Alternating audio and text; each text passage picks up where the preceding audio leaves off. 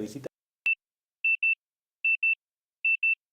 porque solemos pensar si ese dolor puede o no ser cardíaco, ¿no? Puede ser un infarto, puede ser algún problema mayor, o en algunos casos puede ser por otra causa no cardíaca, ¿no? Entonces, el día de hoy justo vamos a ver ese tema y tenemos un gran invitado que es el doctor José Saucedo, que justo tiene bastante experiencia con estos temas, ¿no? Él es cardiólogo, médico cardiólogo del Hospital Rebagliati, el cual hace bastantes guardias en la emergencia cardiológica y en la UCI coronaria, que es el lugar de cuidados críticos cardiovasculares, ¿no? Bienvenido, doctor, muchas gracias por aceptar esta invitación. Gracias, doctor José Eduardo.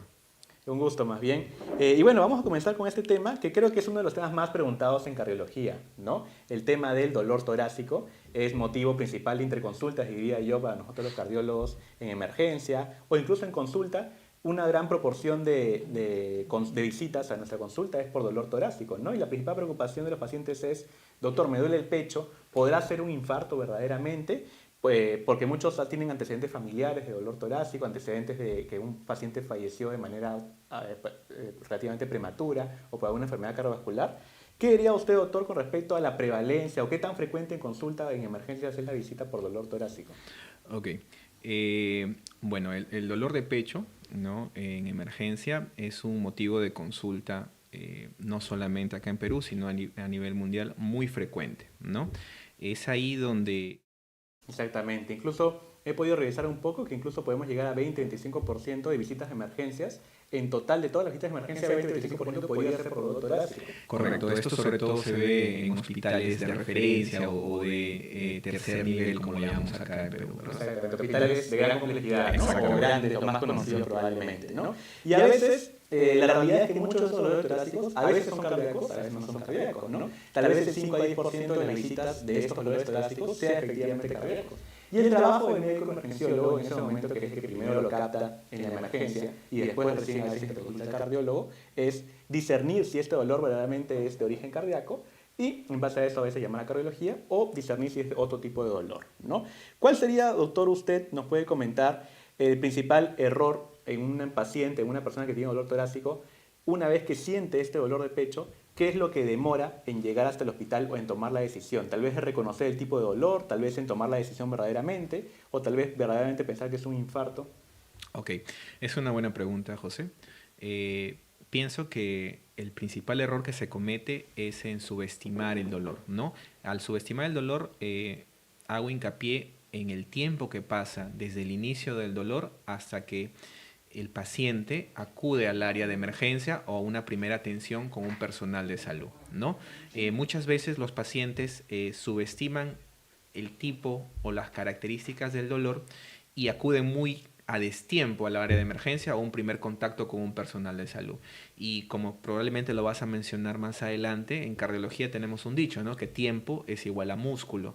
Mientras más tiempo pasa desde iniciado el dolor de pecho hasta que yo acudo a un centro de salud, a un hospital o a un primer contacto con un personal de salud, el pronóstico se ensombrece. Entonces el principal error es subestimar el síntoma y esperar demasiado en recibir atención médica oportuna.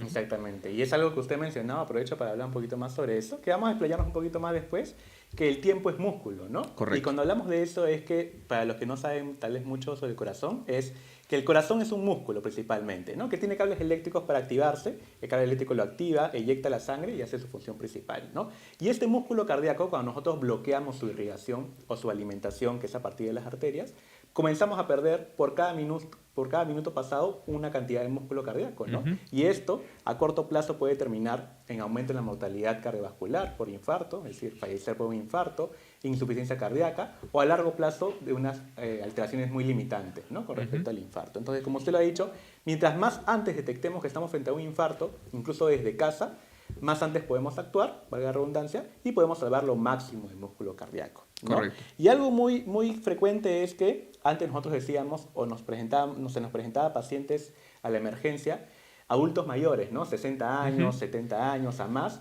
con dolor de pecho y decíamos es un infarto, ¿no? Y el clásico paciente joven, vamos a decir 40 años, incluso antes, tal vez decíamos que no era un infarto, pensamos que no era un Claro. infarto, Ajá. y sigue empezando a hacer eso mucho en la población, ¿no? Un paciente de 40 años tal vez tiene un dolor torácico y no piensa que es un infarto, ¿no? Correcto. Y usted ha podido ver tal vez un aumento en la prevalencia de infartos en personas más jóvenes. Sí. no solo yo, sino todos los que nos dedicamos a la parte de la atención de pacientes en emergencia, el paciente agudo, ¿no? Hemos visto un cambio en la prevalencia, el cambio en la incidencia de la enfermedad. Hay más casos nuevos en pacientes más jóvenes, ¿no? Incluso menores a 40 años, ¿no? Entonces, ya no es el fenotipo o el tipo específico de paciente que tenemos en mente, ¿no?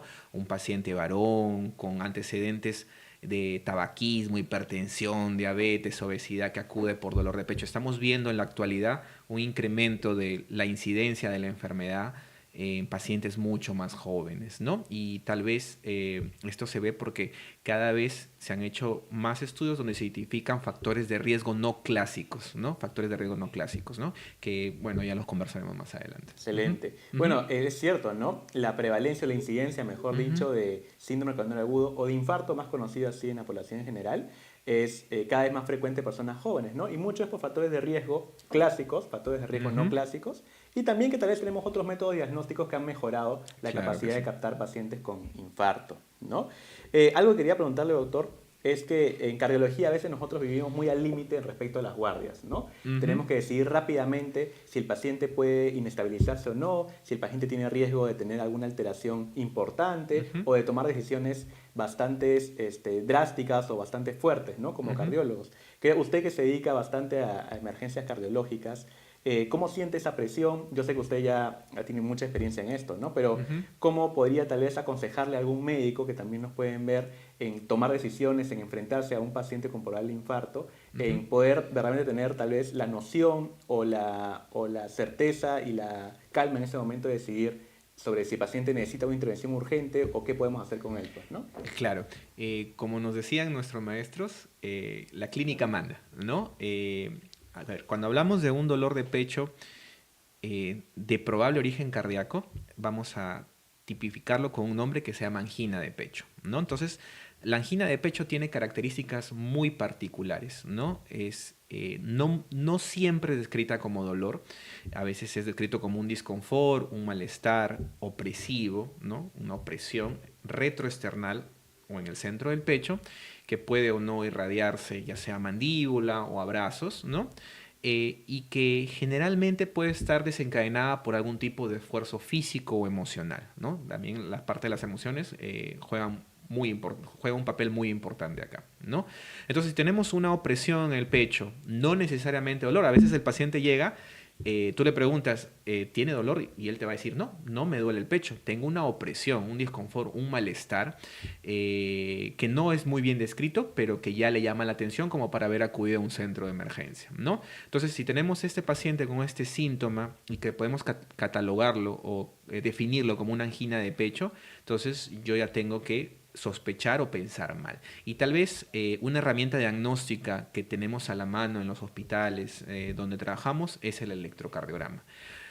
Una vez captado el paciente en la primera atención que tengo con el paciente, debo tomar e interpretar el electrocardiograma según las guías y estándares internacionales en los primeros 10 minutos. Entonces ya con eso he hecho bastante por el paciente y por llevar un diagnóstico preciso a corto plazo, ¿no? Excelente. Sí, de acuerdo completamente, doctor. Entonces, como usted dice, la clínica manda, ¿no? Sí. Y para los que no son médicos o personal de salud, con referida a la clínica nos referimos a los signos y síntomas del paciente, ¿no? O sea, lo que siente el paciente es lo que nos va a dar el diagnóstico. Porque al final el electrocardiograma, que es nuestra arma más frecuente, nuestra arma principal, nos ayuda a llegar al diagnóstico, pero siempre nosotros vamos a centrarnos en la entrevista del paciente, el examen físico, etc. ¿no? Entonces, aprovechemos, doctor, en entrar a este síndrome que tal vez va a parecer un poco extraño para los que no se dedican a las ciencias de la salud, del síndrome coronario agudo, ¿no? Que el síndrome coronario agudo, que para la población en general puede ser el análogo de infarto, ¿no? El infarto, que es la disminución del flujo hacia el miocardio, o sea, la disminución del flujo coronario o la disminución de la llegada de sangre al corazón, y eso hace que estemos en un periodo de sufrimiento, que después llega lesión y parte de muerte del miocardio, ¿no? Entonces, en cardiología nos gusta abarcar eso como un síndrome coronario agudo, ¿no? Porque se puede dividir en diferentes situaciones. Entonces, la pregunta es, ¿cuándo yo verdaderamente tengo un síndrome coronario agudo o un infarto para Ok. la población en general, y cuándo puedo pensar que este es un paciente un poco más crónico, ¿no? Que tal vez tiene dolor de pecho, sí, de origen cardíaco, es verdad, Ujú. pero no es un dolor de pecho que necesite inmediatamente manejo de emergencia o que no me diga que es un infarto, ¿no? Que puede ser un Ujú. paciente que podría ser atendido por consulta, tal vez. Ujú. Claro, hablamos de un síndrome coronario agudo cuando tenemos, ya sea si el paciente ya tenía molestias, un cambio en la frecuencia o en la intensidad de los síntomas o que aparezcan a mucho menos esfuerzos. Es algo mucho más impredecible. O de repente hablamos de un paciente de que no tenía dolor y que empieza a tener un dolor de pecho de características anginosas. O de repente hablamos de un paciente de que en reposo empieza a tener dolor de pecho, cuando antes no lo había tenido, ¿no? Entonces, hablamos un poco de la impredecibilidad del síntoma, ¿no? Es muy importante diferenciarlo de los síndromes coronarios crónicos o la angina estable, como antes lo denominaban en los libros de semiología, ¿no? Tal vez en el cambio en la frecuencia, en la duración, aparición en reposo o con esfuerzos mucho más leves, ¿no? Ok, excelente. Y aprovecho para ahí justo jalar un tema que es cuál sería un dolor típico cardíaco, ¿no? Ujú. Porque los pacientes a veces nos pueden decir, siento una punzada en el pecho, algunos lo sienten en la izquierda, otros lo sienten en la derecha, Ajá. otros sienten una presión, otros no saben describirlo muy bien. ¿Cuál es el que yo automáticamente pensaría, ah, este es un dolor cardíaco? Ok. Yo pensaría en un dolor cardíaco o angina de pecho, en un disconfort o un dolor opresivo retroesternal que puede irradiarse a la mandíbula, puede irradiarse a los brazos, generalmente al brazo izquierdo, puede estar asociado con síntomas que llamamos neurovegetativos, entre comillas, un término médico para describir a síntomas asociados como sudoración fría, sensación nauseosa, vómitos incluso pueden llegar a tener los pacientes, ¿no? Entonces, en ese tipo de pacientes, y sobre todo si está acompañado de un paciente con factores de riesgo cardiovascular importantes, de repente tabaquismo, hipertensión, diabetes, sedentarismo, obesidad, tengo que pensar de que este paciente es el candidato típico para decir que es un síndrome coronario agudo o un infarto agudo de miocardio, ¿correcto? Excelente, ¿no? Entonces, permítame un poco Sí. resumirlo o concluirlo, a manera de repetir un poco. Un clásico dolor cardíaco, nosotros le decimos angina de pecho, es ese disconfort torácico que siente la persona, que a veces no sabe describirlo bien, es cierto, pero Ujú. suele describirse como una opresión en el pecho, un disconfort, a veces lo menciona como que tengo un peso encima, o una Correcto. mano que me presiona, algo encima, un peso, que puede ser centroesternal o retroesternal, perdón, y usualmente se puede irradiar, ¿no? A mandíbula, Ujú. hacia ambos brazos, en verdad, como se lo ha dicho más frecuente y siempre hemos dicho en medicina brazo izquierdo, pero resulta que también puede ser al otro brazo, ¿no? En Sí, algunas por supuesto, ocasiones. claro que sí. Y se puede asociar de síntomas que nosotros le decimos neurovegetativos o síntomas de activación adrenérgica, que puede ser sudoración, falta de aire, mareos, desmayos, o incluso a veces algún dolor un poco abdominal, ¿no? En la zona alta del abdomen. Eso es lo clásico, digamos, ¿no? Ujú. Creo que nosotros los médicos no dudamos mucho cuando presentamos a ese paciente. Pero resulta que los pacientes no siempre se presentan con la Correcto. Ujú. antes llamada angina típica, ¿no? A veces se pueden presentar con algunos equivalentes a la angina, ¿no? Que nosotros le decimos equivalentes anginosos, que puede ser algo relacionado al disconfort torácico o algo muy diferente, ¿no? Ujú. ¿Qué otros síntomas, doctor, podrían hacernos sospechar de un infarto, síndrome coronario agudo, siendo que no sea explícitamente dolor de pecho u molestia en el pecho? Claro, ahí hablamos de un término que se llama angina atípica o que no es la presentación usual del paciente, ¿no? Primero tenemos que ver qué tipo de paciente es, en quiénes se presenta con más frecuencia, ¿no? Se ha visto que hasta un 10% de pacientes y que generalmente son pacientes, son damas, ¿no? Pacientes del sexo femenino, pacientes adultos mayores, pacientes con antecedentes de diabetes mellitus, pacientes con antecedentes de enfermedad renal crónica o, por ejemplo, pacientes con ciertas alteraciones mentales ya diagnosticadas, ¿no? Como por ejemplo esquizofrenia, ¿no?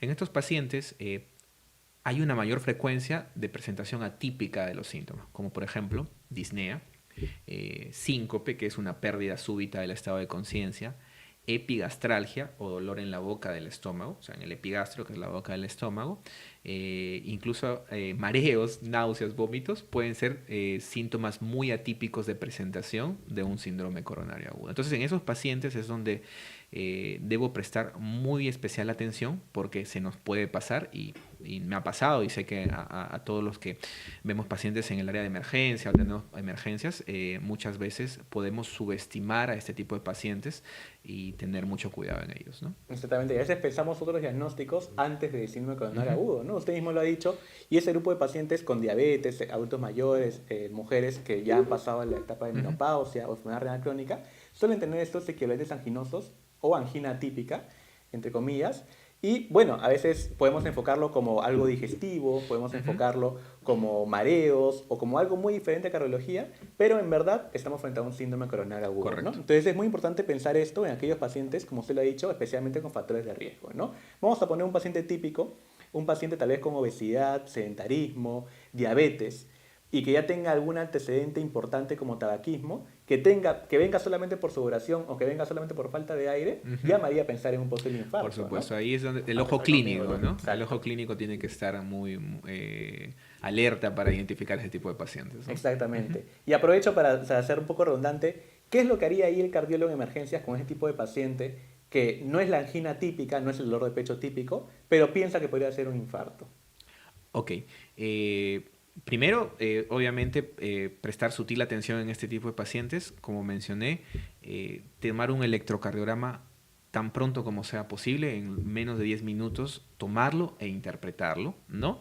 ¿Y por qué menciono tanto el electrocardiograma, ¿no? Porque aparte de que es un examen de fácil adquisición, rápido, lo podemos tomar rápido, nos permite clasificar a este tipo de pacientes que ya le hemos dicho que es un síndrome coronario, si es un síndrome coronario que amerite una angioplastía o un procedimiento llamado cateterismo cardíaco tan rápido, o si puede esperar estabilizarlo para poder de todas maneras llevarlo a este tipo de procedimiento. Entonces yo creo que ante este tipo de pacientes expresar mucha atención a la tipicidad o atipicidad de los síntomas para tomar un electrocardiograma y aparte tenemos una tercera herramienta aparte de la clínica, el electrocardiograma, que viene a ser el dosaje de una enzima, que como conocemos se llama troponina, que ya nos permite decir si el paciente está o no teniendo un infarto, ¿no? Entonces, eso lo podemos hacer también, ¿no? Claro que sí. Y bueno, a nosotros los cardiólogos nos encanta el electrocardiograma, ¿no? Porque nos da una ventana a lo que puede estar pasando y nosotros podemos inferir si es que hay una arteria que esté completamente ocluida, subocluida, que es que está casi completamente ocluida, o bueno, parcialmente ocluida también, ¿no? Entonces, es una herramienta diagnóstica muy importante en nuestra emergencia, ¿no? Y ahora quiero comentarles algo, tal vez a los que nos están viendo, sobre el dolor de pecho clásico, que seguramente alguna vez lo han visto algún familiar o algún conocido, que es ese paciente con angina estable o angina de pecho, el cual, por ejemplo, se cansa o le duele el pecho cuando camina algunas cuadras. No es bastante común en cardiología, en estos pacientes que van por consulta, el cual dice, doctor, doctora, me duele el pecho, siento una presión en el pecho cuando camino, vamos a poner un ejemplo, 4 cuadras, descanso unos 3-5 minutos, me pasa y vuelvo a caminar 4 o 5 cuadras y me vuelve a doler el pecho, ¿no? Eso, lo que usted mencionó al inicio, es un dolor predecible, ¿no? Frente a un estímulo que puede ser físico o emocional. Físico como actividad física, emocional como preocupación, estrés, etcétera, ¿no? Eso es lo que nosotros justamente hemos definido como angina estable, ¿no? O ahora también llamado síndrome coronario crónico, y que suelen ser pacientes que sí tienen enfermedad de las arterias del corazón, pero como su nombre lo dice, es más estable, necesita tratamiento sí o sí, ¿no? Pero nos difiere un poco de la clásica angina inestable o de la angina que nos hace pensar en un coronario agudo, ¿no? En un infarto. Y usted lo ha dicho, permítame hacerle repetir la diferencia, porque quiero que quede bien claro en las personas que nos ven. El ejemplo que yo he dado es el clásico paciente con angina estable, ¿no? Síndrome coronario crónico. ¿Y qué diferencia eso con un paciente que ahora puede llamarse angina inestable o coronario agudo o que puede o no ser un infarto en su forma de presentación, ¿no? Es decir, ¿qué cosa puede alertarles a los pacientes para que vayan a emergencia o consultar inmediatamente a un cardiólogo? Ok, un dolor de reciente aparición, opresivo obviamente, una angina de reciente aparición, una angina que dure más de 15 a 20 minutos, no es normal, que no se da con medicación, o por ejemplo un dolor de pecho que aparezca en reposo o ante situaciones que usualmente no aparecían, ¿no? Por ejemplo, ese paciente que tú mencionas, ¿no? Que camina 4 cuadras y que él ya sabe hasta dónde puede caminar para que no le duela, entonces está estabilizado su proceso, pero de repente ese mismo paciente empieza a tener el mismo dolor al caminar 1 o 2 cuadras, cuando no era lo habitual, ¿no? Entonces, ya ahí estamos hablando de una inestabilización del síntoma, ¿no? Entonces, en ellos tengo que prestar especial atención. Excelente, doctor, completamente de acuerdo. Justo quería que usted repita eso Ujú. para que quede bien claro que si el síntoma ha cambiado, podemos estar frente a una alteración nueva o algo que está progresando, ¿no? Ujú. Antes me cansaba a las 5 cuadras o me dolía a las 5 cuadras, ahora me duele a 1 cuadra, me duele el reposo o me duele más de 15 a 20 minutos, o en todo caso el dolor no cede con lo que antes sí me ayudaba, Correcto. descansar, usar una pastilla sublingual. Entonces tengo que pensar que algo está pasando, algo se está inestabilizando Ujú. e idealmente debería ir inmediatamente a emergencia, ¿no? Correcto. Porque se cataloga a nosotros como un síndrome cardíaco agudo, una angina inestable, algo por el estilo, ¿no? ¿Y qué cosas, doctor, tal vez para los médicos que nos ven, qué cosas nos alejarían bastante de Ujú. un posible infarto? Es una buena pregunta. Dentro del diagnóstico diferencial del dolor de pecho, y bueno, yo lo estoy viendo desde el punto de vista cardiológico, tengo que ver que hay causas de dolor de pecho no cardíaca, y de hecho son la mayoría. De hecho, la mayoría de dolores de pecho que van en emergencia son de origen no cardíaco, ¿no? Entonces nosotros nos dedicamos a los de origen cardíaco, obviamente, ¿no? Por ejemplo, de dolores muy puntuales, punzantes, ¿no? Que se exacerben con los movimientos, que se exacerben con los movimientos, con la respiración, ¿no? Dolores de segundos de duración. Me duele muy puntual, tengo una punzada en el pecho. ¿Cuánto dura? 5 segundos y pasa. Entonces nos aleja bastante de que eso sea algo de origen cardíaco. El dolor de pecho cardíaco suele durar minutos, suele ser más progresivo, llega un pico y luego puede ser como que no también, ¿no? Entonces, en esas situaciones yo pensaría en otras cosas, ¿no? O de repente también no es el paciente típico, ¿no? Un paciente joven de 20, 25, 30 años, si bien se ha visto que los síndromes coronarios agudos o los infartos se están presentando en pacientes más jóvenes, es muy poco frecuente que en pacientes menores de 30 a 35 años se presente. No es imposible, pero es muy poco frecuente. Entonces, un paciente muy joven, con dolores muy puntuales, que se exacerben con movimientos o muy situacionales, yo me alejaría pensar que eso sea de origen cardíaco. Uh Claro que sí, de -huh. acuerdo completamente, doctor. Para los alumnos que tal vez nos ven, yo a mis alumnos de medicina, por ejemplo, yo les digo, si el dolor usualmente se reproduce a la palpación, Uh entonces -huh. lo más probable es que no sea cardíaco, ¿no? Es una Porque el posibilidad. dolor de pecho de tipo cardíaco, mejor dicho, suele ser adentro, ¿no? El paciente no lo puede Ajá. definir bien, suele ser muy inespecífico. Y el dolor por parrilla costal, que nosotros le decimos, Ajá. o dolor muscular, dolor por la costilla, costocondritis, cartílago, suele ser más puntual, ¿no? El Correcto. paciente lo suele señalar más con un solo dedo, Sí. aumenta cuando yo presiono esa zona, Sí, o usted claro. lo ha dicho bien, aumenta cuando Hago mueve el brazo, movimientos, ¿no? correcto. Es verdad que nosotros como médicos tal vez a veces se nos es fácil discernir entre uno u otro. A las personas que nos están viendo y que no se dedican a esto, siempre que tengan la duda de que si es o no un dolor de pecho de origen cardíaco, la recomendación siempre va a ser que vayan a emergencia, ¿no? Porque ahí va a estar el médico que va a poder discernir Correcto. entre si es o no un dolor de pecho de origen cardíaco. Pero sí podrían llevarse a casa algunas nociones muy básicas, que es si el dolor aumenta cuando yo muevo el brazo o cuando me presiono, tal vez no sea, lo más probable es que no sea un infarto, ¿no? Un dolor Correcto. por infarto suele ser, como lo hemos descrito ya hace un momento, ¿no? Ahora, hay algunas otras causas de dolor de pecho que también sean de etiología cardíaca, o sea, de causa cardíaca, pero no sean un infarto. Claro que sí. Por ejemplo, tenemos los dolores de pecho cardíacos no coronarios o no por infarto, tenemos algo que se llama pericarditis, ¿no? Nosotros tenemos en nuestro corazón, que es músculo, es miocardio músculo, tenemos una membrana que lo envuelve que se llama pericardio, una bolsita, vamos a poner, que lo protege y cumple otras funciones, ¿no? A veces este pericardio puede inflamarse, secundario generalmente o mayormente a infecciones, por ejemplo virus, ¿no? Que son muy estacionales. Y el pericardio al inflamarse duele, ¿no? Es ricamente vascularizado, está inervado, empieza a molestar, ¿no? Y es ahí donde tenemos un dolor de pericarditis, pero que es totalmente diferente a un dolor de tipo angina, ¿no? Es un dolor que llamamos nosotros pleurítico, ¿no? O sea, tiene características pleuríticas, puede ser como una punzada o un cuchillo, algunos pacientes lo describen en el pecho, y que se exacerba en determinadas posiciones, ¿no? Pero ojo, este es solo un criterio, ¿no? Hay más criterios diagnósticos que ya el médico nos encargamos nosotros de hacerlo, ¿no? Exactamente, ¿no? Es un dolor un poco diferente, como usted lo ha dicho, como una punzada, como un cuchillo, que suele aumentar cuando el paciente respira hondo, ¿no? Sí. Respira hondo y siente una punzada ahí, o cuando está echado completamente en la cama tal vez, aumenta y mejora cuando va hacia adelante, ¿no? Es un dolor que también es causa de ir a emergencia y en verdad a veces puede complicarse, ¿no? Puede Sí, inestabilizar al claro. paciente, puede complicarse con una inflamación de otras capas del corazón, como el miocardio, y puede ser una emergencia verdaderamente, ¿no? Sí, claro que Como sí. que a veces puede controlarse en consulta. Obviamente esto lo va a decidir el cardiólogo o el médico que lo Y el lleva a tratamiento emergencia. es totalmente diferente a una angina o a un dolor de infarto, ¿no? Es verdad. Aprovecho entonces, doctor, de preguntar, ¿por qué, ahora sí entremos un poco más justo en lo que hablamos Ujú. inicialmente, ¿por qué es que el tiempo es músculo en un infarto, ¿no? ¿Y qué es lo que hacemos nosotros cuando detectamos que efectivamente la arteria está obstruida y qué es la causa de esa molestia en el pecho en el paciente?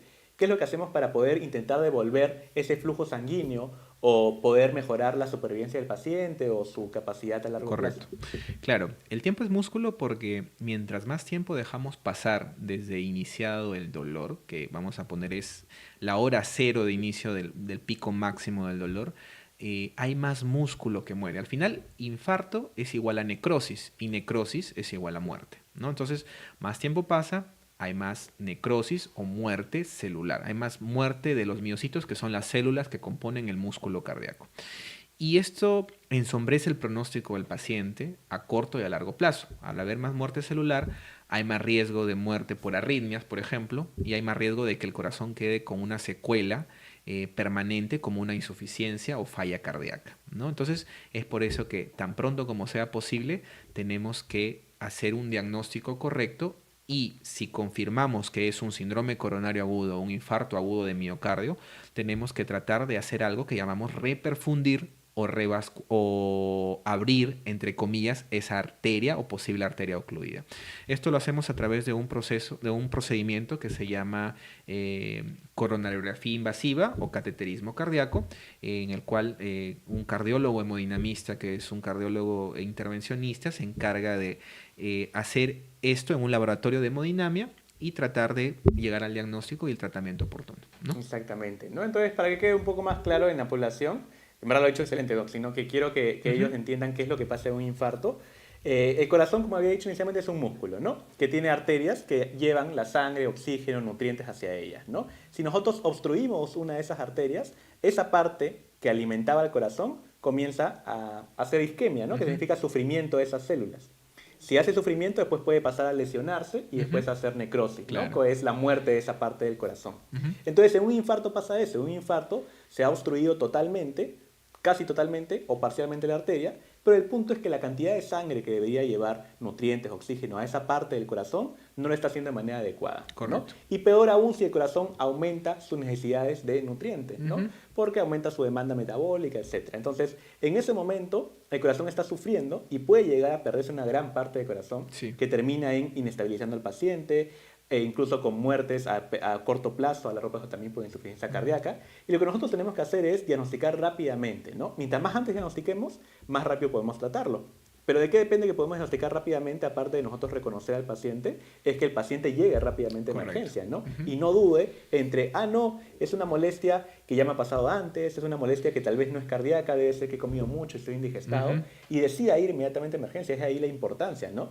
Mi recomendación sería, si estoy entre ir y no ir, vayamos a emergencia, ¿no? Porque Claro. ahí está el médico que va a efectivamente discernir y que son médicos entrenados en emergencia, sean cardiólogos, emergenciólogos u otra especialidad, que van a poder saber si es un dolor que necesita atención inmediata o puede ser un poco más paulatino o incluso por consulta, ¿no? Entonces, en ese momento el corazón está sufriendo y puede llegar a comenzar a la muerte completa de una parte del corazón de manera importante, ¿no? Es ahí la importancia que los pacientes o las personas en general puedan reconocer un dolor de tipo cardíaco o no, Correcto. especialmente si tiene factores de riesgo que hemos Uh -huh. mencionado, Uh -huh. ¿no?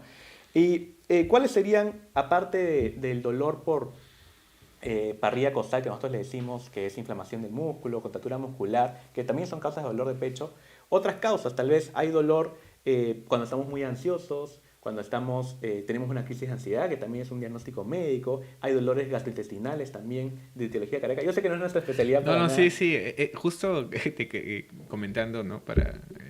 Recuerdo, nosotros tenemos un programa de especialización que se llama Residencia Médica, ¿no? Recuerdo cuando era residente primer año, que era mi primer año, yo hacía emergencia, tenía que acompañar al médico asistente que estaba a cargo mío. Y recuerdo siempre de que, esto está en los libros, ¿no? Llega una paciente, una dama, ¿no? Con un dolor de pecho, la entrevisto, para mí era una angina de pecho, y la catalogué, ¿no? Síndrome coronario agudo, en ese tiempo todavía no se sindromizaba, angina inestable, no le llegó a elevar troponinas, ya, plan cateterismo cardíaco o el procedimiento que íbamos a hacer, ¿no?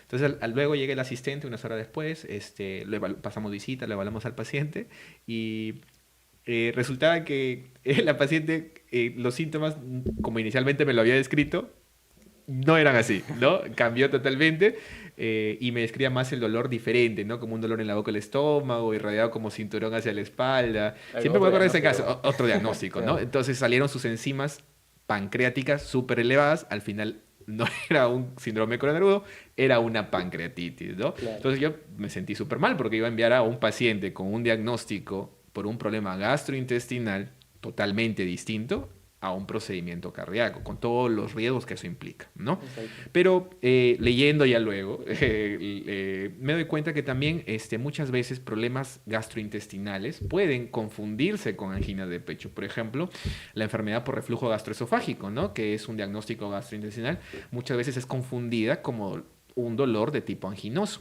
La pancreatitis, que fue al final el diagnóstico de esta paciente, una pancreatitis aguda, una inflamación de páncreas que no tenía nada que ver con el corazón, también a veces es confundida como un dolor de pecho. No es que la paciente me narró mal, de repente yo en ese momento, todos seguimos aprendiendo hasta el momento, pero no tenía tanta experticia como para poder diferenciarlo, ¿no? Afortunadamente no llegó más. Claro. Aprovecho esa anécdota bastante interesante, doctor, Ajá. como para hablar con los pacientes y decirles que justo he ahí la importancia de que acudamos al médico, ¿no? Ujú. Porque a veces algunas otras personas se pueden guiar a otras personas no médicos y pueden pensar en otro diagnóstico, y nosotros como médicos especialistas hemos llevado un proceso de formación, de entrenamiento. Justo el doctor nos comentaba de lo que pasó cuando se estaba formando como cardiólogo en su primer año, y es que nosotros después de terminar los 7 años de medicina y bueno, hacer serums y otras cosas más, pasamos un entrenamiento de 3 años para recién lograr ser especialistas, ¿no? Exactamente. Y es ahí donde nosotros tenemos la capacidad de poder discernir entre si un paciente es cardíaco o no, poder aprender, porque es un aprendizaje ser especialista,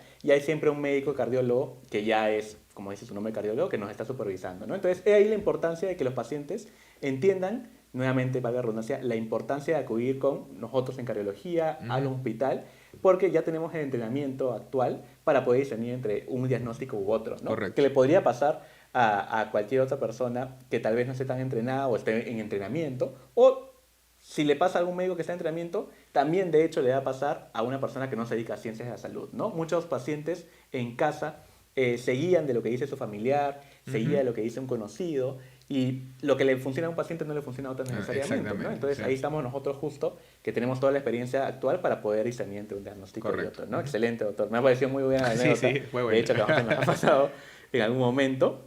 Y bueno, y resulta que hay otros diagnósticos diferenciales, ¿no? El dolor de pecho. Y algo muy clásico y que lamentablemente todavía sigue como estigma es la ansiedad, ¿no? Ajá. La ansiedad, que es una enfermedad mental, es verdad, porque es parte de los trastornos mentales, pero que es muy frecuente en nuestra población. Sí, es más, claro. incluso entre nosotros los médicos es bastante frecuente. Sí, claro Yo diría que que sí. en toda la población en general. Y algunos médicos o algunas personas tienden a creer que la ansiedad o los trastornos mentales son que el paciente está creando un síntoma o que lo está fingiendo, y no es para nada así, ¿no? El paciente verdaderamente siente el síntoma de dolor de pecho, el síntoma de incluso sensación de que va a morir, sensación de que algo malo va a pasar. Y es nuestro trabajo como médicos poder reconocer si estamos o no frente a una crisis de ansiedad con el paciente y poder tratarlo de manera adecuada. En verdad, la ansiedad, así como cualquier otra enfermedad corporal, física, necesita tratamiento, ¿no? Entonces es muy importante tener en cuenta de que los trastornos mentales es algo muy importante en cardiología, y que no tengamos la duda de consultarles a nuestro médico de mayor confianza si es que este dolor de pecho o esta molestia puede ser por ansiedad o no, y de hecho que nosotros podemos dar el tratamiento inicial o vamos a derivarlo al médico especialista para poder tratarlo, ¿no? Y así como diagnósticos diferenciales hay otros más. Ahora, ¿qué diría usted, doctor, ¿Qué es lo que nos dice si este paciente, hablando un poquito más de medicina para los médicos que nos ven, qué es lo que nos dice si el paciente tiene riesgo de inestabilizarse o no? Porque hay infartos que, entre comillas, van bien, van tranquilos, ¿no? Hay infartos que se nos pueden, si no tomamos la decisión rápido, se nos van de la mano y el paciente puede hacer una arritmia, incluso puede fallecer en el momento. Hay infartos que necesitan ya atención. Hay pacientes que son de alto riesgo, de muy alto riesgo. ¿Qué es lo que usted diría que sí o sí nos dice que el paciente se nos puede inestabilizar en cualquier momento y necesitamos actuar rápido? Muy buena pregunta. Bueno, sucede que los síndromes coronarios agudos o los infartos tienen un espectro de presentación, ¿no? ¿Qué significa? Puede ser algo tan sutil o leve como un síntoma típico, un dolor de pecho que ya lo hemos narrado, ya todos sabemos cómo se presenta, una presión del pecho, tolerable, ¿no? O puede irnos al otro extremo y presentarse como una parada cardíaca, ¿no? El paciente puede fallecer por un infarto y esto usualmente se ve en el ambiente extrahospitalario, ¿no? Por ejemplo, muchas veces cada cierto tiempo vemos en noticias, ¿no? Fue a jugar fútbol, todo estaba bien y fallece jugando fútbol, ¿no? Pero estos pacientes, si tú preguntas a los familiares, ya habían estado teniendo molestias previamente y no prestaron atención. Y ahí recalco lo de prestar atención a tu cuerpo y no subestimar los síntomas, ¿no? Ahora, yo diría de que podemos predecir si un paciente va a evolucionar de una manera no adecuada basándome en cómo ingresa el paciente. Si tiene signos que llamamos de inestabilidad hemodinámica, ¿no? Presiones bajas o hipotensión, si está congestionado, es decir, si el corazón se ha disfuncionado tanto de que todo lo que le llega no lo puede expulsar y ese líquido que le llega, que es sangre, plasma, se tiende a acumular en zonas como los pulmones, por ejemplo. Entonces el paciente llega con dificultad respiratoria, disnea, desaturación, ¿no? O si el paciente llega perdiendo la conciencia en el contexto de dolor de pecho, también yo pensaría mal, este paciente no va a ir bien de alguna u otra manera.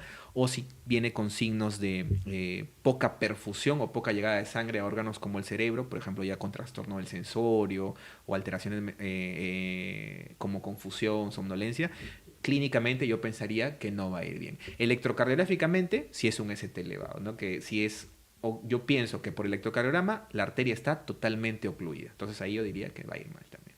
Exacto.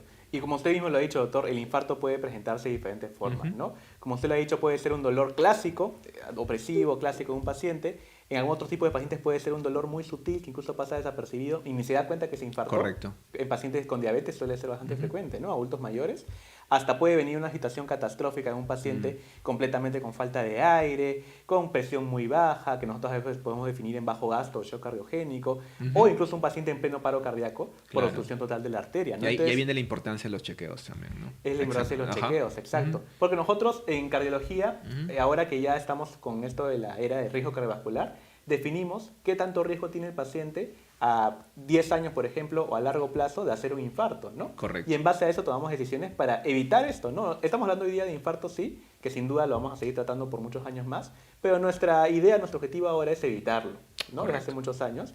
Y nosotros en cardiología justo nos dedicamos a eso en consulta, ¿no? Nos llega un paciente con diferentes factores de riesgo y nosotros en base a lo que vemos, tanto clínicamente, en la anamnesis, que es la historia clínica del paciente, y de los exámenes que podemos pedir, lo clasificamos en si es de muy alto riesgo intermedio o riesgo bajo, ¿no? Y en base a eso definimos objetivos, ¿no? Sí. Como por ejemplo, qué tanto colesterol tendría que hacer, qué tipo de actividad física. El punto es que prevenimos esto, ¿no? Sí. Usted tiene una amplia experiencia en emergencia, doctor, ¿no? Yo lo he vivido de primera mano cuando he estado de residente con usted, pero también se dedica en parte a consulta, ¿no?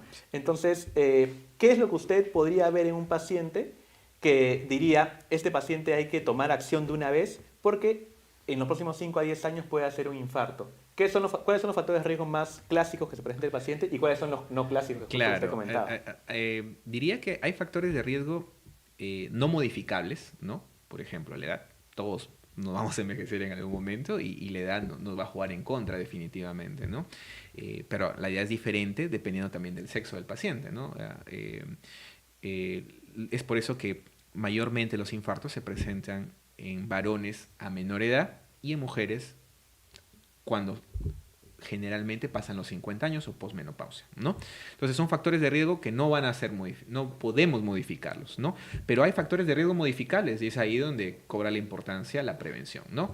Factores de riesgo clásicos como la hipertensión, la diabetes mellitus, el colesterol, los triglicéridos altos, que llamamos hiperlipidemias, el tabaquismo, ¿no? Son factores de riesgo que podemos tratar, podemos hacer un tamizaje, y porque, por ejemplo, en el caso de la hipertensión, que es una enfermedad súper infradiagnosticada porque no genera síntomas, y aparte de ser infradiagnosticada, es maltratada, ¿no? Porque la mitad de los pacientes hipertensos, eso tú lo vas a leer, está diagnosticado, pero no está correctamente tratado. Entonces, es un factor de riesgo modificable importante, ¿no? Entonces, simplemente con modificar esos factores de riesgo cardiovascular clásicos, evidentes, yo ya estoy disminuyendo bastante el riesgo cardiovascular de mi paciente.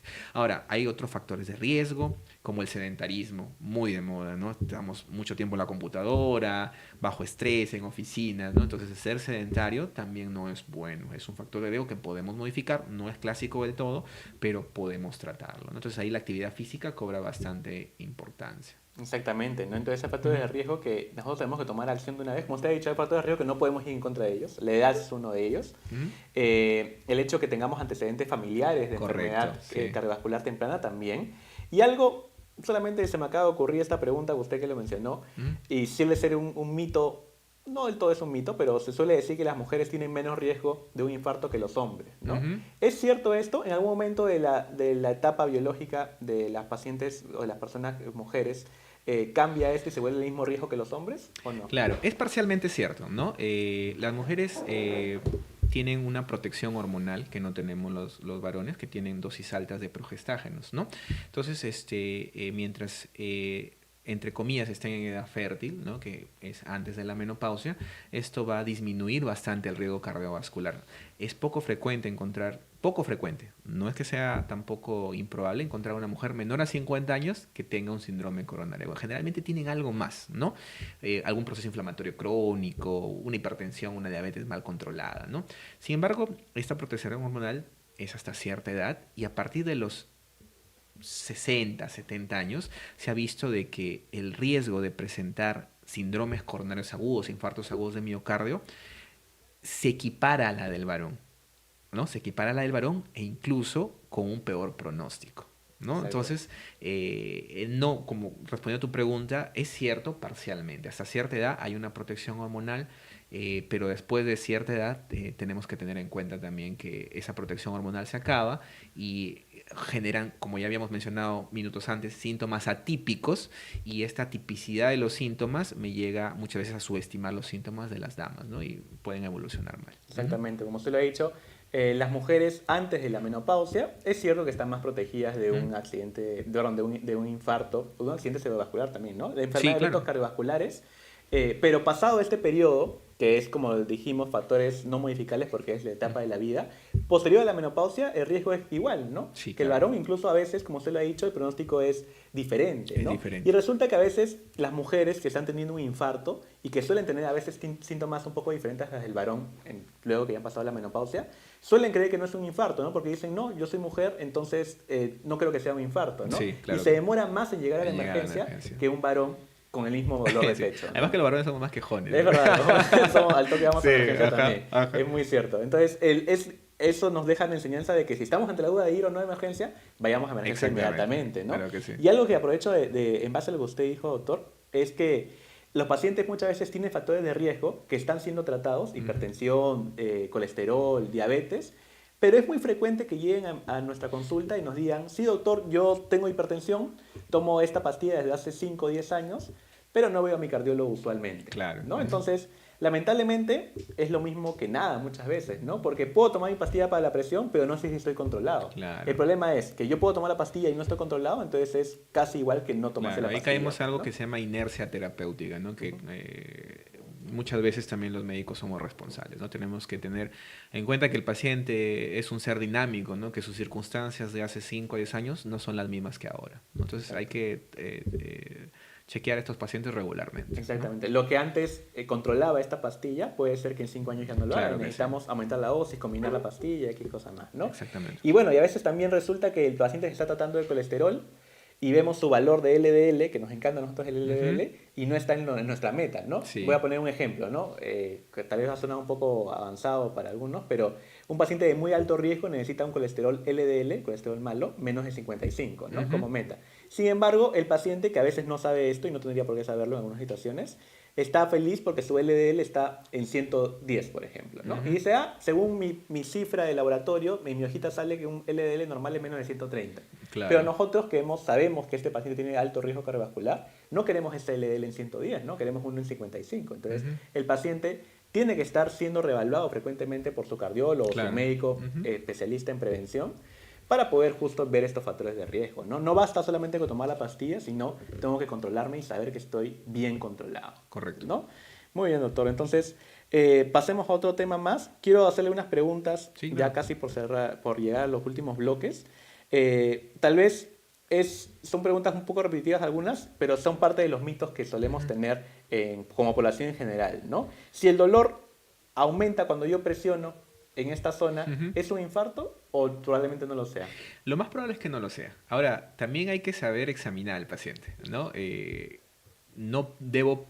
O sea, un dolor reproducible a la palpación superficial. Por superficial estoy hablando de que no debo presionar.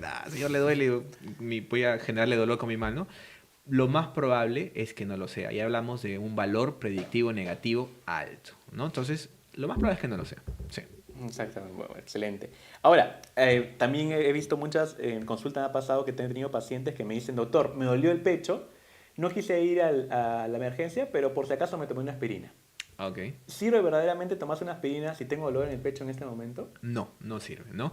La aspirina, que obviamente la usamos en cardiología, es un antiagregante plaquetario que usamos, en pacientes que ya tenemos el diagnóstico y usamos dosis altas de aspirina de 150 a 300 miligramos vía oral. En un infarto. En un síndrome coronario agudo o un infarto. Pero una vez que yo ya hice el diagnóstico, ¿no? Entonces, tomarse una aspirina no va a calmar el dolor de pecho, ¿no? Y es más, puedo retrasar mi llegada al cardiólogo porque pienso que con la aspirina, ya con esto me pasó el dolor y ya lo que estaba ocurriendo dejó de ocurrir. Exacto. No es así. Ajá. Y pasa, ¿no? Que el paciente a veces nos puede decir, me dolió el pecho, tomé una aspirina y me dormí.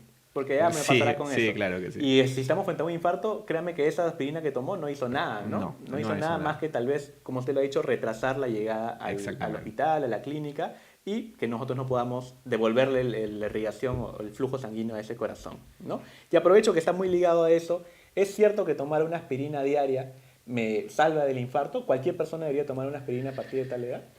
No es cierto, ¿no? Hay algo en medicina que llamamos prevención primaria, ¿no? Prevención primaria viene a ser aquel paciente que no ha tenido ningún evento, por ejemplo, en cardiología cardiovascular, no ha tenido infartos, no ha tenido anginas, no ha tenido infartos cerebrales ni nada, y yo quiero prevenir de que tenga un primer evento, ¿no? Entonces, antes se pensaba de que usar aspirina una vez al día prevenía de tener un primer evento. Y se ha visto de que, si bien puede prevenir, también tengamos en cuenta que todo medicamento tiene efectos secundarios. Y un efecto secundario muy importante de la aspirina es el aumento del riesgo de sangrado, ¿no?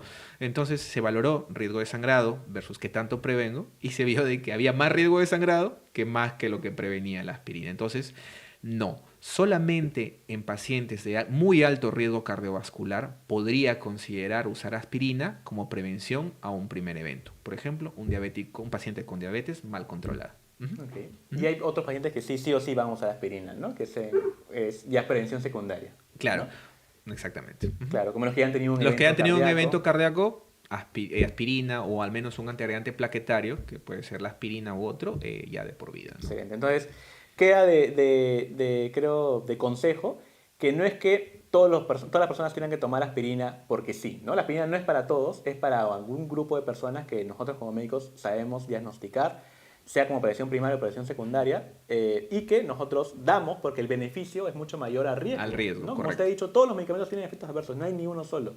Desde el más clásico y frecuente, vamos a decir paracetamol, que es el que siempre vemos, hasta uno mucho más intenso, no hay ni uno solo que no tenga efectos adversos. Pero cuando nosotros lo damos es porque el beneficio que va a obtener el paciente es mucho mayor al riesgo. Y sobre todo que lo tolere el paciente. Y que lo tolere el paciente. Entonces, no automedicarse jamás con aspirina porque me va a salvar el infarto, sino que mi médico me prescriba cuando es necesario y que él haga el control, ¿no? Otra cosa más, a veces nuestro paciente llega a emergencias y el médico suele descartar el infarto porque el EKG está normal. O el paciente nos dice, no, doctor, yo fui a emergencia, me dijeron que mi EKG está normal, entonces Claro, no era un infarto. claro. Puedo tener un infarto y tener un EKG, un electrocardiograma normal. Claro que sí. Se ha descrito hasta un 30% de pacientes que tienen un infarto o un síndrome coronario agudo con electrocardiogramas normales. Entonces, uy, pucha, entonces doctor, ¿para qué me lo tomas si va a salir normal? Porque el electrocardiograma solo forma parte de la evaluación que hacemos nosotros, ¿no? Está la clínica, como ya le dije, tener... Obviamente, si llega un paciente, varón, adulto mayor, hipertenso, diabético, con una opresión en el pecho, sudando frío, nauseoso, y ve un electrocardiograma normal, no voy a pensar que eso está bien, ¿no? Entonces ahí tengo que pensar mal, ¿no? Pensar que esto no está bien. Entonces, 30% a más, incluso en otras series, de pacientes pueden tener un electrocardiograma normal. Exactamente. Entonces, un EKG normal no me descarta un infarto No. y no me descarta que el corazón pueda tener alteraciones en sus arterias, ¿no? Por supuesto. Como usted lo ha dicho, un 30% de los pacientes llegan a emergencias con un EKG normal, que después puede cambiar o no, puede mantenerse normal. Y hay ahí la habilidad del médico de poder diagnosticar al paciente, ¿no? Y ahí nuevamente la importancia de no guiarnos solamente de un examen auxiliar, sino de todo el paciente en sí. Y pasa lo mismo de manera crónica, ¿no? Un paciente que llega a consulta y suele decir, doctor, me han dicho que tengo una enfermedad de corazón, pero me han dicho que mi EKG es normal. Entonces, ¿cómo es posible? Es porque, nuevamente, el electrocardiograma normal no descarta enfermedad de las arterias del corazón. No. Obviamente, si está anormal, ya nos ayuda un montón el diagnóstico. Claro que sí. ¿No? Otra cosa más, es muy frecuente que a veces algunos pacientes jóvenes, algunas pacientes mujeres jóvenes, lo digo porque es más frecuente en este tipo de pacientes, digan que han tenido una impresión fuerte y se han desmayado y han pensado que es un infarto, o algunos hablan mucho de corazón roto. ¿Se puede tener verdaderamente un infarto por corazón roto? ¿Me puedo morir de corazón roto? ¿Algo así por el estilo? Claro, hay algo que llamamos miocardiopatía por estrés, ¿no? O, entre comillas, síndrome de corazón roto, ¿no? Entonces, es un paciente, generalmente es un paciente típico, ¿no? Es un paciente de sexo femenino, una adulta mayor, 60, 70 años, que ha tenido un estrés emocional muy fuerte, por ejemplo, un asalto, la pérdida de un ser querido, ¿no? O por ejemplo, en nuestro ambiente hospitalario que vemos pacientes en unidades de cuidados intensivos, o un estrés físico muy fuerte como una cirugía muy importante, ¿no? Entonces, en estos pacientes hay una liberación excesiva de una hormona, una enzima que se llama adrenalina, noradrenalina, y hay teorías de que dice de que el corazón se satura de estas enzimas, ¿no? Y ciertas partes del corazón dejan de funcionar de una manera normal, ¿no? Entonces, la miocardiopatía por estrés o síndrome de corazón roto en sí es un tipo de infarto, pero es un tipo de infarto en el cual, cuando hacemos ya el procedimiento de cateterismo, coronografía invasiva, no encontramos lesiones importantes en las arterias, lesiones significativas que llamamos, ¿no? Entonces, ¿qué pasó? Tuvo un episodio relacionado con un estrés importante, ¿no? Okay, entonces existe el corazón roto, digamos. Claro que sí, sí existe. Claro, hay un síndrome, como usted le ha dicho, Sí. en cardiología, síndrome de corazón roto, síndrome de miocardiopatía por estrés, o síndrome de Takotsubo también, que es otro nombre, que justo pasa eso, ¿no? Una emoción muy intensa. Es cierto que es mucho más frecuente epidemiológicamente en mujeres adultas mayores, puede ser también en hombres, sí, pero es mucho más frecuente en mujeres. Y bueno, justo esta descarga adrenérgica en la adrenalina termina en alterar la función del corazón, Sí. pues, ¿no? Y no es que necesite un stent, pero nosotros en cardiología, dependiendo del tipo de paciente, sí vamos a necesitar un tratamiento, un diagnóstico invasivo o no. Correcto. ¿no? Pero sí existe el corazón roto, por así decirlo, pero es muy diferente al que a veces creemos. Ah, sí, ¿no? claro que sí. Una pregunta más antes de pasar al bloque final, doctor. ¿La falta de aire súbita puede ser un infarto? Sí, ¿no? La falta de aire, nosotros le decimos en medicina disnea o disnea, ¿no? Es la dificultad para respirar, ¿no? Es el paciente que tiene, te puede decir, quiero, entre comillas, jalar más aire y no puedo. Quiero respirar y no puedo, doctor, ¿no? Entonces, tal vez un tip ahí que tenemos que tener en cuenta es que todo síntoma súbito tengo que pensar que es alguna alteración vascular, en una arteria generalmente, ¿no? Todo síntoma que se presenta de manera súbita, yo pienso de que no es correcto eso que está ocurriendo. Y una forma de presentación del infarto que se ha descrito es la disnea o falta de aire de manera súbita. Ahora, puede ser otra cosa, por supuesto que sí, pero también podría ser un infarto, ¿no? Excelente, doctor. Entonces, ya llegando al bloque final, y por ahí me ayudan si es que tienen hay alguna pregunta de los que estén viendo. Algunos tips, doctor, o recomendaciones finales de cuándo sí o sí tengo que ir a emergencias cuando estoy con un dolor de pecho o cualquier otro síntoma. ¿Cuándo usted recomendaría que sí o sí el paciente vaya? Claro, si tengo una opresión, un disconfort en el pecho, si está asociado a síntomas como náuseas, vómitos, mareos, dificultad para respirar o disnea, sudoración fría, si el síntoma dura muchos minutos, entonces lo mejor es acudir por emergencia, ¿no? Yo diría que es importante el tiempo, ¿no? Porque hay una demora muchas veces del paciente en acudir y subestimar los síntomas. Excelente. Justo aquí tengo algunas preguntas, doctor. Uh-huh. Uno de ellos es, ¿qué debería hacer? Ya el paciente o la persona decidió ir al hospital o a la clínica, ¿no? Uh-huh. Cualquiera de los dos. Entonces, ¿qué debería hacer mientras voy al hospital? ¿Debería tomar alguna pastilla? ¿Debería hacer algo? ¿Calmarme? Ya, yo diría no automedicarse, bueno, ya no nos automediquemos. Dos, conservar la calma. Yo sé que asusta tener un dolor de pecho, obviamente se asusta. Afortunadamente en los hospitales o en los establecimientos de salud, vamos a poner un término más amplio como clínicas, hospitales, siempre hay un área de triaje, ¿no? En el cual se evalúa al paciente inicialmente sus signos vitales, su presión arterial, su frecuencia cardíaca, la saturación de oxígeno, y de esa manera el triaje puede establecer qué categoría de atención tiene el paciente, si va a ser una atención rápida o una atención que puede esperar algunos minutos hasta que pueda ser evaluado por un médico especialista, ¿no? Pero yo diría conservar la calma, ¿ya? No automedicarse y acudir tan pronto como sea posible a un hospital. Es cierto, acudir tan pronto y siempre conservar la calma, ¿no? Sí, porque es a veces importante. alterarnos, ponernos ansiosos o asustarnos, incluso empeora el cuadro, ¿no? Sí. Aumenta la frecuencia cardíaca, aumenta la demanda de nutrientes del corazón y a una arteria que está obstruida posiblemente incluso puede empeorar el cuadro, Sí. ¿no? O bueno, puede alterar la llegada de emergencias. Por aquí nos preguntan también, doctor, cuando estoy jugando fútbol o algún ejercicio de resistencia, siento dolor en el pecho, como si me estuviesen hincando con algún objeto punzocortante directo al corazón. ¿Qué opinaría usted, doctor, de esa descripción del dolor? Claro. Bueno, no es un síntoma muy típico, ¿ya? No es un síntoma muy típico, como habíamos hablado, no cataloga como una angina de pecho. Sin embargo, depende mucho de la edad del paciente que nos pregunte, ¿no? Es diferente un dolor punzante en alguien de 20 años que un dolor punzante en alguien de 50 años, vamos a ponerlo así, ¿no?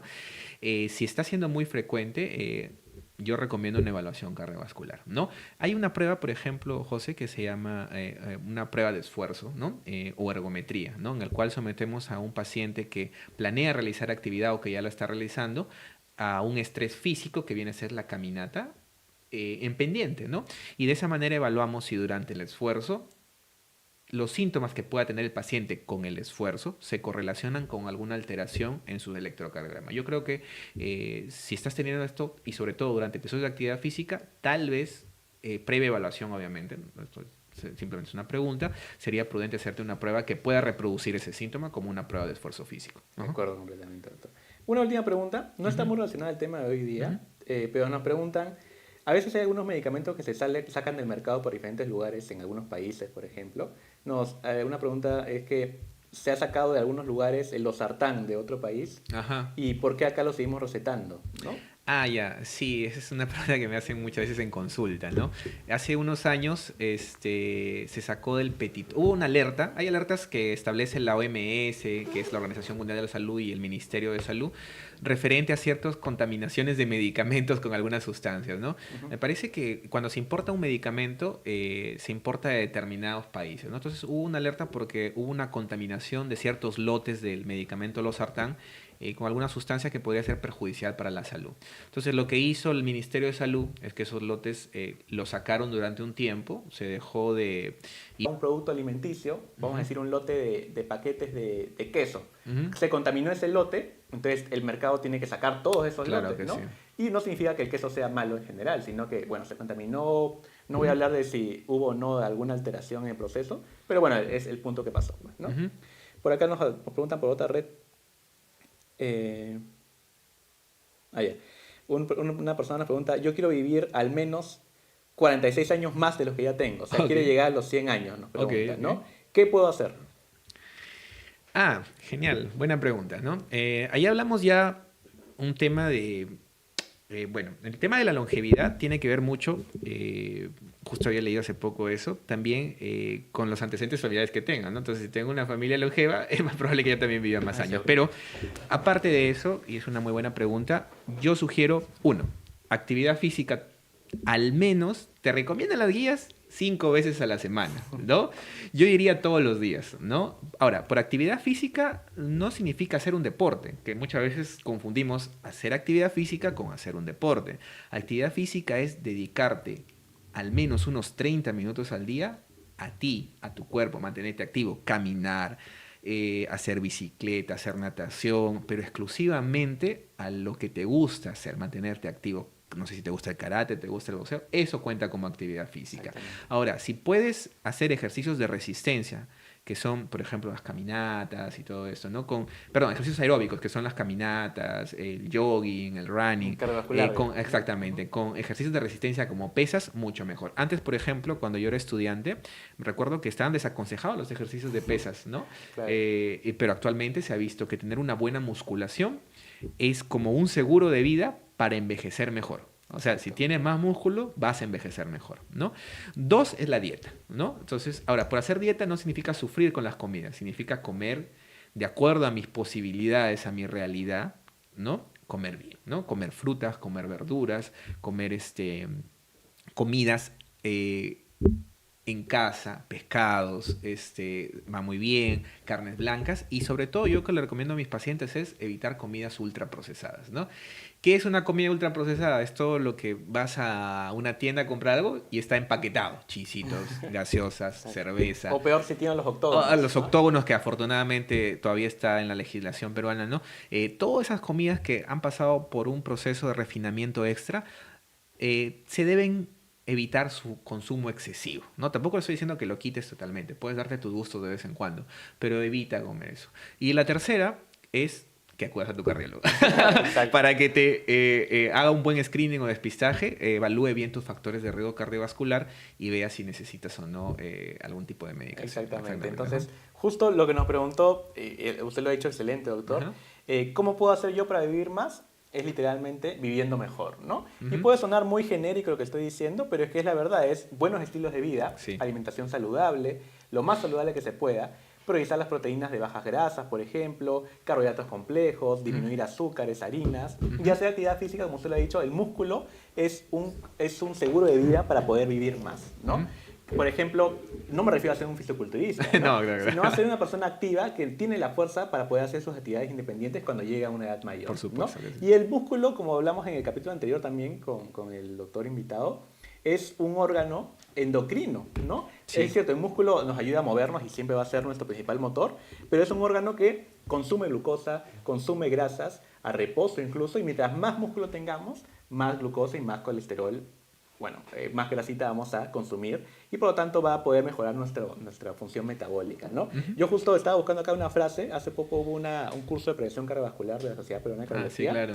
y hay un doctor extremadamente conocido que dijo una frase a nivel mundial que es morir joven lo más viejo posible, ¿no? O lo más tarde posible. Claro. Quiere decir que obviamente llegar a la máxima edad, pero lo más joven que pueda. ¿Qué significa esto? Siendo independiente en mis actividades diarias, ¿no? ¿Y cómo logramos eso? Haciendo actividad física desde que somos tan jóvenes como en la adolescencia, en la adultez, y mantenerla, ¿no? Sí. Suele pasar bastante que nuestros pacientes, incluso nosotros mismos como médicos, de jóvenes hacíamos mucha actividad física y bueno, por temas de trabajo, familiares, los hijos, las responsabilidades, dejamos de hacer actividad física. Es cierto, tal vez no podamos hacer tanta actividad física como cuando no teníamos responsabilidades, pero es nuestra responsabilidad también mantener nuestra actividad de alguna u otra manera para poder mantenernos jóvenes hasta ser adultos mayores, ¿no? Yo sé que suena muy, muy difícil de entender a veces, pero quiere decir que mantengamos nuestra independencia con respecto a poder hacer nuestras actividades diarias y la única forma es mantener nuestra actividad siempre, ¿no? Claro que alimentándonos adecuadamente.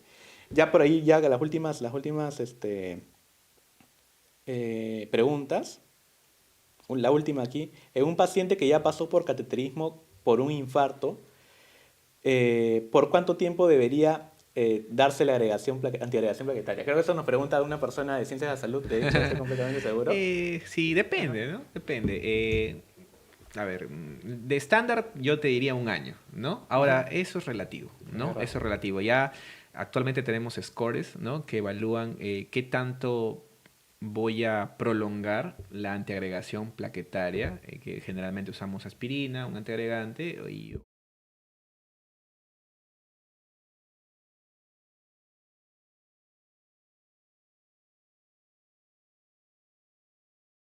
un riesgo de sangrado mayor, porque recordemos que mencionaste, los medicamentos tienen efectos secundarios y uno de ellos es el sangrado, podría tener esquemas más cortos, ¿no? Pero de manera estándar diría un año. Va a depender del tipo de paciente, Ajá, ¿no? Pero sí. siempre nosotros decimos, si tiene stent o es un coronario agudo, al menos un año de doble terapia antiagregante. Y bueno, ya depende de otras cosas si prolongamos o disminuimos, ¿no? Sí. Entonces ya pasamos a la última parte, doctor. Quiero agradecerle bastante Gracias. por venir a este tercer capítulo de cardiofrecuencia. En verdad, bueno, usted es un cardiólogo de bastante experiencia, tanto en emergencias, en unidad coronaria, en consulta. No tanta, pero... No, pero sí, usted ve caso todos los días, ¿no? Es más, para los que no saben, usted ha sido también mi maestro en cardiología. Sí. Yo he sido residente cuando me estaba formando como especialista también con usted. Y quiero agradecerle nuevamente por esta invitación.